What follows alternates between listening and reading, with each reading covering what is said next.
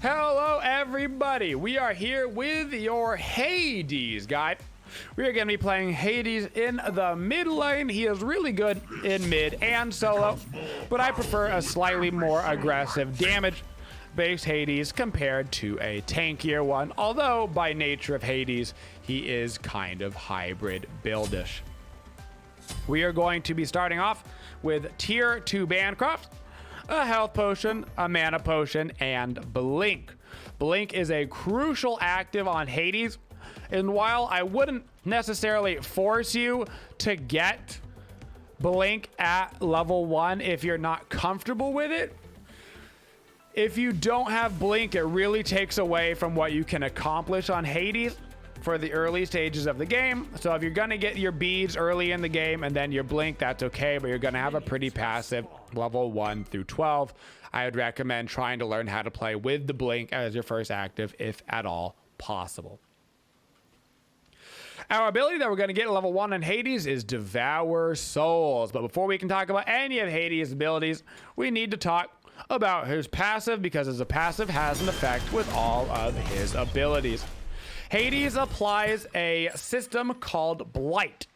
When HADES uses auto attacks on people, or when he hits them with his first ability or his second ability, they will apply Blight.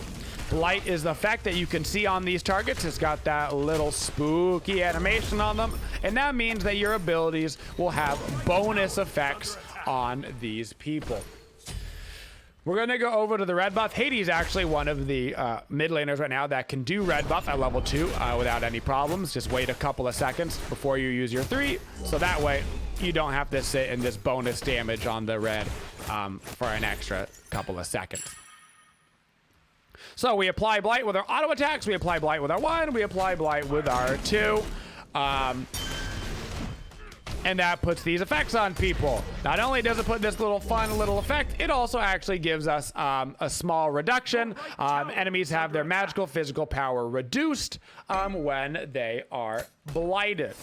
So just a little tiny effect from that. That's not really what we're using it for. What we're using it for is things like this, wham, where we get to do massive damage to the wave. So let's talk about our 3. This is our main ability on HADES. It's what we got at level 1. It is also what we are going to max out first. This ability does damage in a circle around HADES. If the targets that you're hitting are blighted, it will also do detonation damage and healing. Gods only take 50% of this detonation damage, but it is still a ton. You're gonna see a ton of damage right here. I'm gonna fear him. I'm gonna go down, do a bunch of damage, heal myself, and do a bunch of blight damage. I should be fine, as well as my Thor comes back in. So you get a big fat heal from this ability. It does a bunch of damage in a circle. Not only does it heal yourself, but it also heals allies. Probably the most underrated heal in the game. This ability does in fact heal your allies, so please use it on them when they need healing. If they're standing near to you in the circle, just like how an enemy will get damaged, your allies will get healed. Very powerful ability. It'll heal your minions. It'll heal anything in that range as long as they're blighted. If they're not blighted, then all it does is the initial damage, and that's it. You always, always, always want to use Devour Souls on blighted targets. The ability that we got at level 2 is our getaway skill, Death from Below. This ability is called Death from Below, but I just want to throw out a little tidbit just so you know. All leaps in Smite like that are grabbable by a Wheelix. Yes, for you Scylla fans out there, yes, for you HADES fans, you may be below the floor, but you are still pullable by a Wheelix. It is, in fact, a leap. That's just a little tidbit that all Smite players should know. This ability, when you land at the target location, will do damage when you come up from the floor. It is also potentially a slow. If the target is not blighted, this will blight them. If the target is blighted, then it will be a 20% slow on the target, scaling up to 40%, and that'll last for 2 seconds. So if you auto attack somebody and then dash on them, congrats, they are now slowed for the next 2 seconds. You can see me using my second ability on the wave. That is because my second ability, Shroud of Darkness, applies blight to everybody hit by the ability. So it is a great way to clear the wave. You walk up, you use your 2 on the wave, it gives blight to everybody, and then you pop your 3, which pops all of those blights. If the target is already blighted, this is a fear. So if I go up and I want to use it right away, like this, it is a silence that applies blight. If the target is already blighted, then it's not just a silence.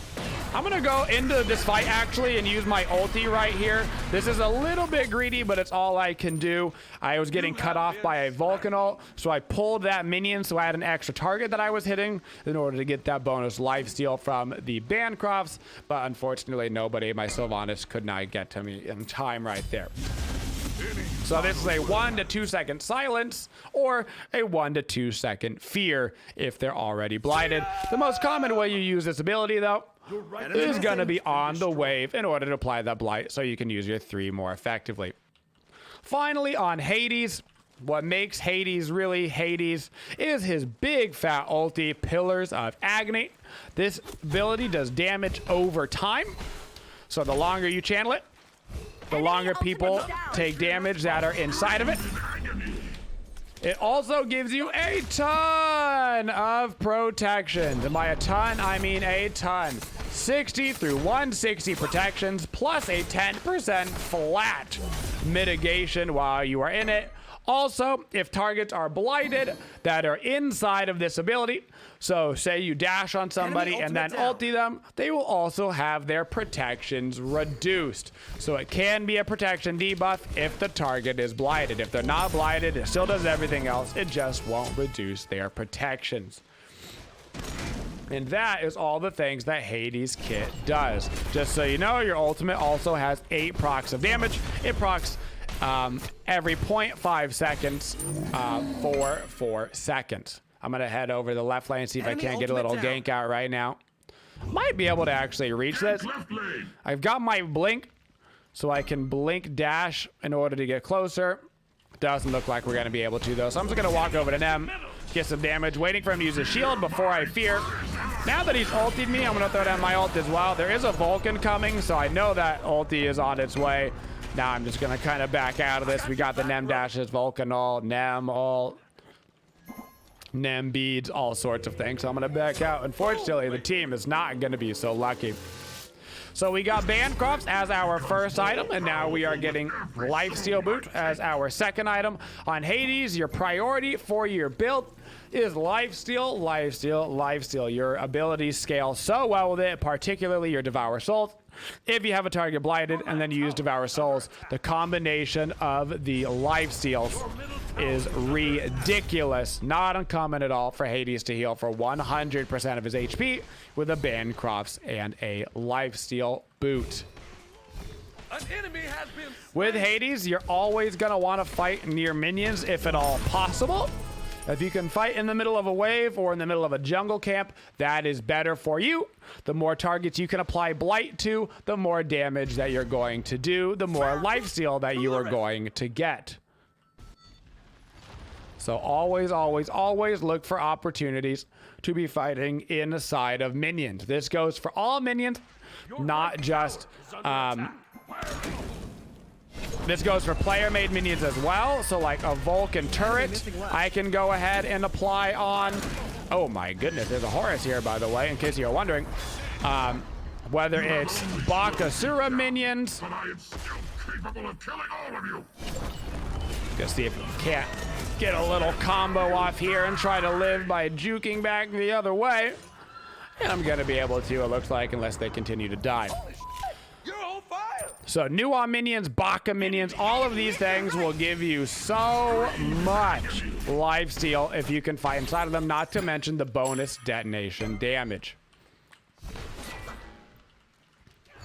So you're always looking for those opportunities.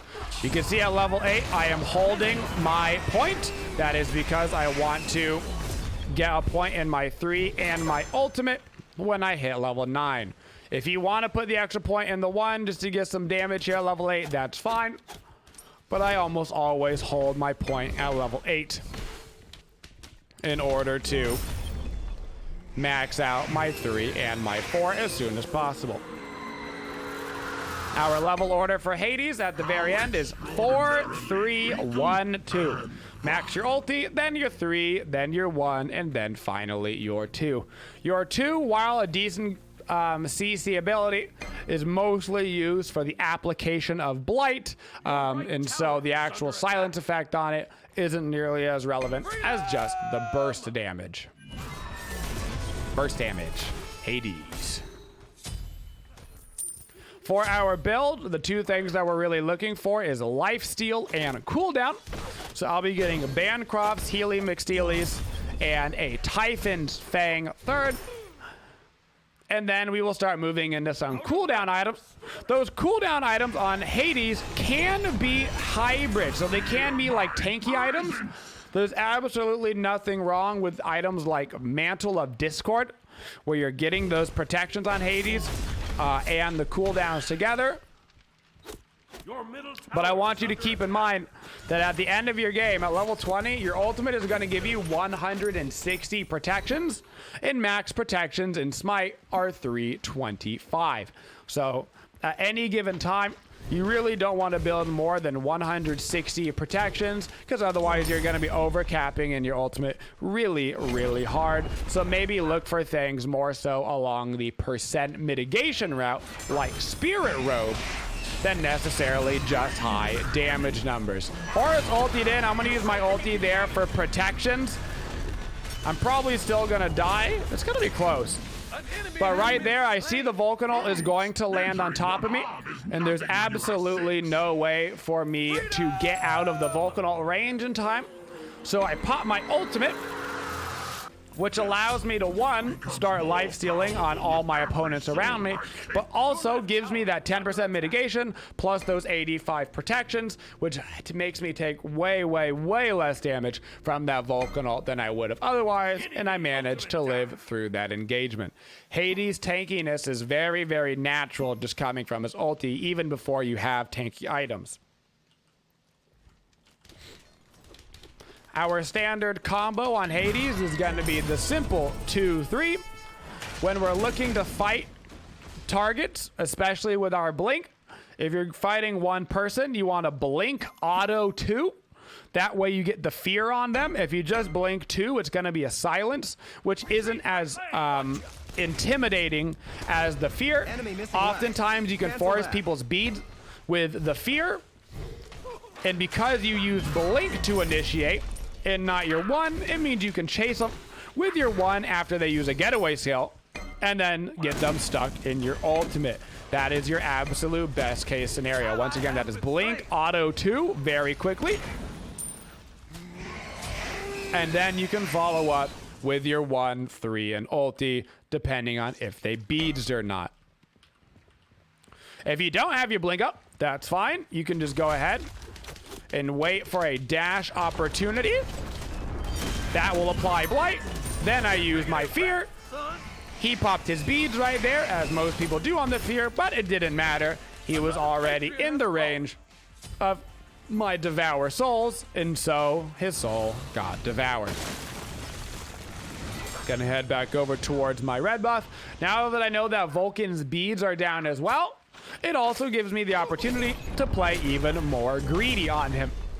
So that combo that I just told you about isn't actually necessary against somebody that doesn't have their beads up or a way out of my ulti. Instead, what I can do is I can simply just blink on him and ulti him, and now he's stuck in my ulti with no way to escape. Much simpler combo when they don't have their beads up. But you really want to use your ulti to try to get them stuck inside of there. If they're not completely stuck inside of the ulti, it's okay, but you know, if they're stuck in the ult, they're pretty much dead no matter what. I see that my Thor wants to go very aggressive here, so I'm gonna blink over this wall. Not gonna be able to land on that. I don't even have to use my ultimate here. I'm gonna be able to keep it up, although I can see that they're rotating over. I'm gonna rotate back deep way. I'm gonna hold these minions that are body blocking me and I'm going to quickly full heal off of this wave. That way I can stick around just in case my team needs me in the mid lane, because I still have enough mana for my 1 and my ultimate. Heim just yeeted somebody. It's a little bit greedy for me to dash in here, but I know Heim ulti is down. So I'm going to pop my ulti. That is going to burn his beads. Unfortunately, I think that's all we're going to be able to do here. With the Heim ulti down, I knew that he either had to beads in order to get out of that or die. Unfortunately, he did have that beads up, but there was just no way for me to know that. And now I'm going to back it right on up. Get me a Typhon's Fang and some beads online. Typhon's Fang, beads, and of course a sentry ward. Buy those sentry wards every single back, every single roll. I'm going to say it in every single guide because you can never have too many wards, okay? No matter what your jungler says, it's not my job to buy wards. I'm the jungler. Yes, it is. It's everybody's job to buy wards. You tell them Incon told you so, all right? Vulcan beads are probably coming back up. So I'm not going to go too aggressive on him right now. I don't have my ulti up anyway. I've got the Typhon's Fang up and running. So now my lifesteal is disgusting. They are building some anti-heal. We can see Vulcan has Divine Ruin. Straight up, you don't care about one anti-heal item on you as Hades. One anti-heal item is simply not enough. If you have like 80% anti-heal on you, now you're in trouble. But that 40% is not enough to stop the absolute monstrosity that is Hades healing. It's kind of like Gooby. If you have 40% anti-heal on you on Gooby, you're not worried in the slightest. Now, Nemesis is a very interesting god for Hades to go against. So let's talk about some matchups for Hades. Hades loves to go against gods that don't have any getaway skill. If you don't have a getaway skill, it's a disaster. Hades loves to go against Vulcan. Vulcan's backfire is not long enough to get him out of Hades' ult, so his only option is to beads or die when I have my ultimate up. Vulcan is a great target for Hades to go against. So is Hera, so is AMC. Anybody that doesn't have a getaway skill or a CC immunity long enough to run them outside of the Hades ult range, because that means the only counterplay available to them is beads, and that is literally it. Gods that Hades have a hard time with is obviously anybody that has an easy time getting out of his ultimate. Gods that have an easy time, that's an Aegis on Vulcan, easy peasy. Gods that have an easy time getting out of his ultimate, something like an Anhur. Anhur has a CC immune ulti that lasts long enough for him to basically walk right on out. He also has a leap ability that he can use to jump right on out. So he has multiple ways to get away, and that's not even including his potential for beats. So somebody like an Anhur that can just willy-nilly get right outside of your ulti, that's not your favorite matchup. Somebody, even like a Heim is a good matchup for Hades, because Heim has to choose to either use his ulti to get out of your ulti, and that's a good one to have forced. I'm going to pop my ulti right here on the Vulcan. He wasn't quite in the center of my ultimate, so he was able to backfire out of it. Luckily, I wasn't concerned about it at all. I was just trying to get any damage potential off right there onto him and keep him there for as long as possible. You have to keep in mind with some abilities, Vulcan's a great example. He has that backfire, which he can use in my ulti. If he's at the center of my ult, wow, that's a BM minion. He cannot get out of it. If I catch him on the very, very edge of it, he still will be able to get out of it. So keep that in mind when you're using your ulti and what you're trying to use it for. A god like Nemesis as well is an interesting matchup for Hades, because I can fear her out of her shield, which is nice, right? I can chase him down pretty easy, but Nemesis has a huge ultimate counter to Hades. Because I give myself so many protections in my ult, And Nemo loves people with a lot of protections. My ulti, in a way, kind of starts to counter itself against the Nemesis. So she can be, she's a very interesting matchup for Hades in that she can be good and bad, mostly depending on when the Nemesis is using her ulti. If she ultis you before you ulti, you're okay. If she ultis you after you ulti, that's when you start to be in trouble. Hades just dashed in on this wave, so I'm gonna dash in on him, fear him, and ulti him. He uses his beads, but his beads were used too soon to try to get away from the fear, and he doesn't have enough time to walk out of that ultimate.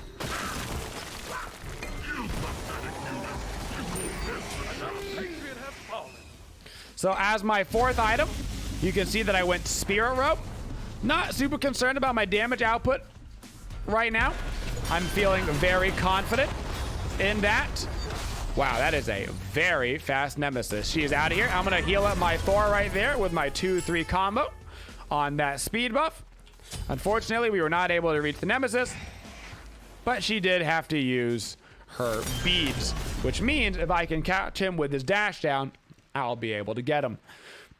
The number one most crucial thing that you must be doing on Hades at all times is paying attention to beads and movement abilities being used on the map. If you want to play Hades to maximum effect, you need to know when people have their beads up and down. You need to know when they have their movement abilities up and down. Preferably, this means in like a ranked scenario, you're communicating with your team. They're letting you know, hey man, Horus's beads are down for another 40 seconds. You know, he's a good target for you to come look at. Oh, hey man, this Anhur just used his jump. It's down for 15 seconds and he already used his ulti. So this is a good target for you to come look at.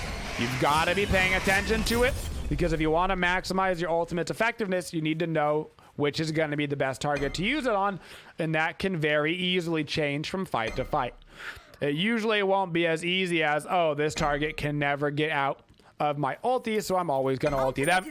Usually you're going to have to be a bit more, you're going to have to get a bit more depth going on that and be like, okay, this person used their ability. I know it's around a 12-second cooldown, so I'm going to be prepared to go blink and ulti on them. In our team fights on Hades mid, you're going to play him a little bit like a warrior, actually. The way that Hades plays is not like a typical mage. A typical mage, somebody like a Thoth, you're playing very far in the back line. You're waiting for your team to initiate. That is not always true on Hades. Sometimes you can wait for your team to initiate. Nothing wrong with that. But you're also an initiator yourself. You've got the life steal. You've got the bonus potential on the protections. There's nothing wrong with you looking to go aggressive and get yourself involved in the fight, especially if you have the blink. This is where your blink is really gonna come into play. If you can blink ultimate in order to start a fight, that leaves you your dash as a getaway skill. You can see this Hades did not have blink right there. He's got teleport and purification beads. Because of that, the second that he used his dash, we knew that he had no way to get away, so we could start focusing him. If you blink into the fight and then you start getting focused, you always have your dash up to start to get away. So now on Hades, this is where the build gets really interesting. You can really start to mix it up. You could start to go a little bit more team supporty here. Something like a Pythags is a great option. That's probably what I'm going to get this game. Going to give my team some life steal, going to give me some more life steal, a little bit of HP. It's also going to give me another 10% pen with Typhon's Fang, which is going to bring me up to 20% pen. But you do have a lot of options at this point in the game for Hades. He's one of the gods who I switch up my builds the most on because he can get really situational. I could get a Mantle of Discord here. Go for the double defenses, get another 10% CDR. I could go a Chronos Pendant. If I felt like I wasn't in any trouble, I wasn't dying at all, I just want my ulti to be up more often, I could go right into a Chronos Pendant. I feel like I need some flat pen right here. I don't need any more percent pen. Cool, I can get a Spear of Desolation. Gonna get some cooldown, gonna get some flat pen to help out against the squishier targets. There's a lot of items for you to be keeping in mind on Hades, and there's not one build fits all for him in particular, especially because he's viable in mid and solo, meaning that you'll have a lot tankier or a lot more damagier builds depending on where exactly you're running him. Wow, that was a really good Vulcanal, and that's going to put me in so much trouble. I'm definitely going to be dead right there. That was a brilliant Vulcanal. Predicting that I would actually move that way to try to get away from his ulti. That was really smart. And unfortunately, I got feared before I could get my ulti off, which meant that their Hades got off his ulti before me, so I didn't get the CC immunity before him, and that could have gone a little bit smoother. For Hades' abilities, most of these, by the way, do not work over walls. The only ability of yours that's really going to go through walls is your one. Technically, your ultimate can go through walls as well. So if you want to dash over a wall, you can. And if somebody's just on the other side of a wall, you can also ulti them on the other side of a wall in order to be in range. But they have to be very, very, very close to the wall. Your fear will not go through, and your 3 will not go through walls. But your ulti can catch somebody. Like if I'm right here and somebody's right there, you can catch them on the other side of that wall with your ult. Keep in mind as well with Hades, it's hard to tell without playing him. But there's a very small range at the end of your ulti. So Hades' ulti sucks everybody in towards the center, right? It's like a really low and slow Baron suck. You're slowly bringing everybody into the center, almost like a whirlpool. But there's just a little bit of fringe on the end of Hades' ult, where if you catch them just too far out on the fringe, you can actually walk out of Hades' ult within the first like 0.2 seconds. So just keep that in mind. If they're on the very tippity tip of that ulti, they can tend to get out of the ulti by walking away. So make sure they're just barely inside the ultimate fringe, not necessarily an ability you want to use from max distance, unless they are already CC'd, in which case, then it's great. That's so unfortunate. I just got killed by ping right there. Unfortunately, I clicked my ulti and I got meatballed out of it. That is a bit frustrating, but also my ping is 90, which is really bad. That's gross. But anyway, we've got slightly high ping this game, so let's embrace it.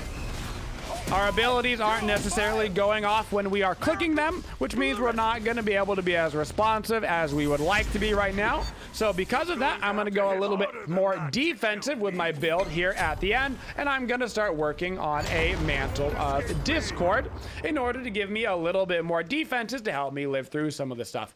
With the Mantle of Discord and the Spirit Robe, that'll bring me up to 100 of each defenses and 20% cooldown.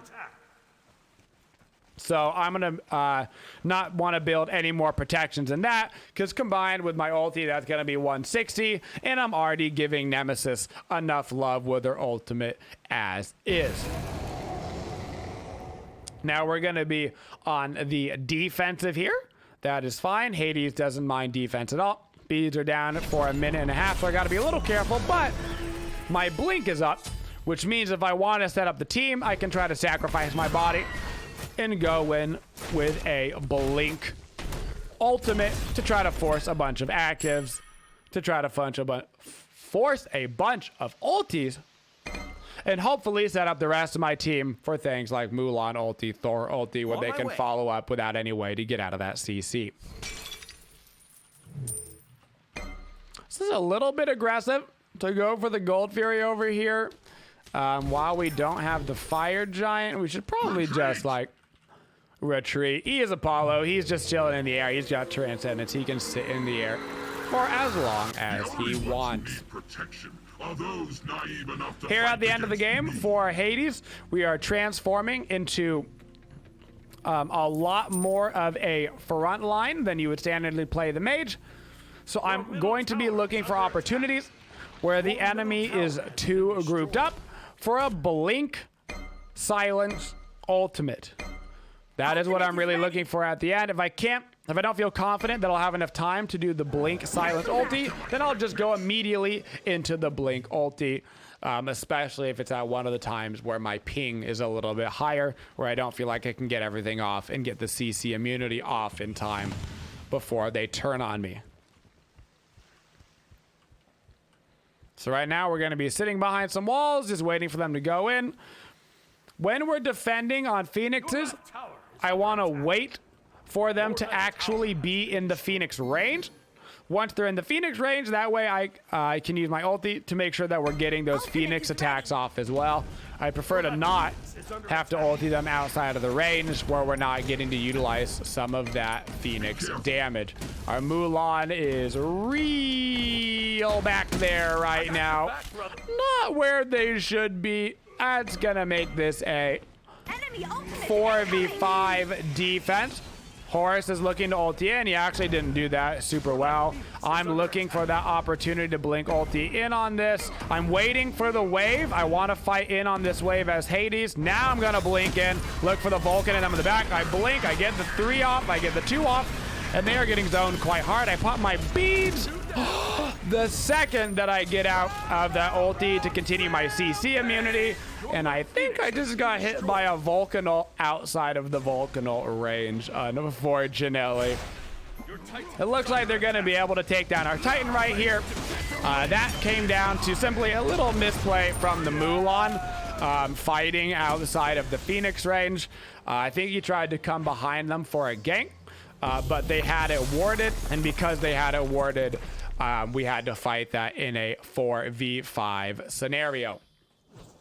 So what you're looking to do on Hades is, of course, you build the lifesteal, you build the cooldown, you go ahead, always get the blink, or you're missing out on most of your god utilization.